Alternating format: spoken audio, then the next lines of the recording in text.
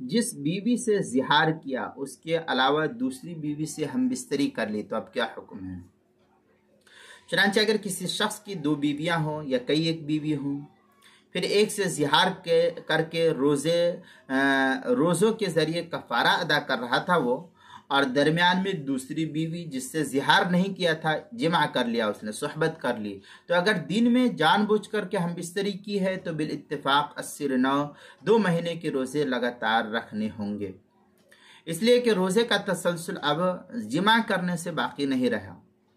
البتہ رات میں اس سے ہم بستری کی تو اس صورت میں 80 روزے رکھنا ضروری نہیں، کیونکہ روزے کا تسلسل برقرار ہے، اور یہی حکم دن میں ناسین کھانے پینے یعنی